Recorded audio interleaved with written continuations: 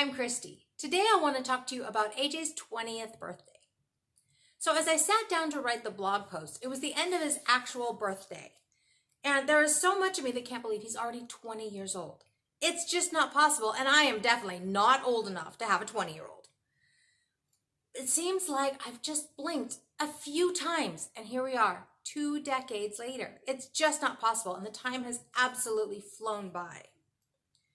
I'll never forget the rough and eventful start that he gave us. It was quite the introduction to parenthood. Now, you can read more about his story. I've got a link in the blog post. That's at www.havenofhopeforme.com. This post originally posted in January of 2020.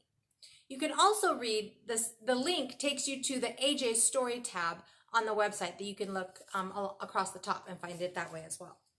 The short version is that he was born 16 weeks premature and weighed 1 pound 7 ounces. We were given a 50-50 chance of survival. After 117 days in the NICU, or the Neonatal Intensive Care Unit, he came home. His early years were filled with therapy appointments, and through it all, he continued to grow, develop, and thrive. Today, he is doing really well in his work skills program.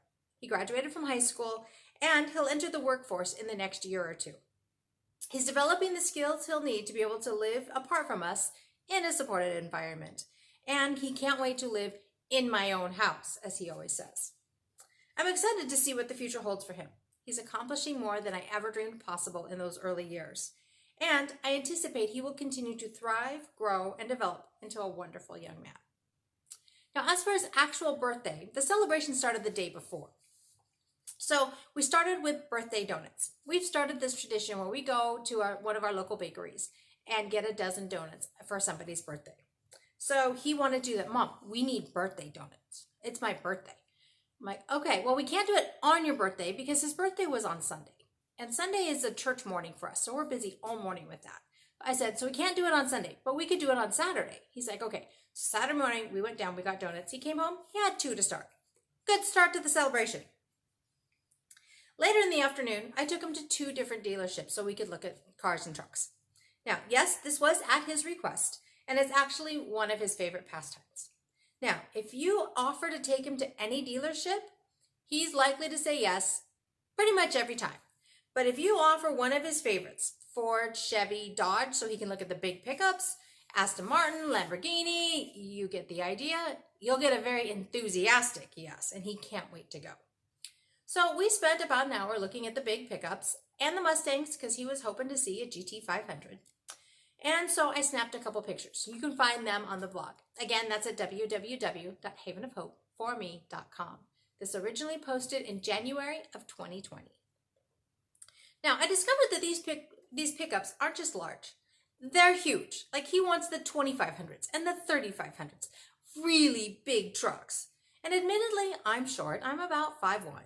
So there were several of them that standing on the ground, I couldn't see into the bottom of the bed. He kept going, Mom, this has a gooseneck package. Like, I can't tell you because I can't see in there that far. Now, I tried, when I climbed up on a curb for one of them, then I could see in the bottom and see if he was right or not. But some of them, wasn't happening. And it just goes to prove all over again that if I'm going to have a big vehicle, it's got to have running boards.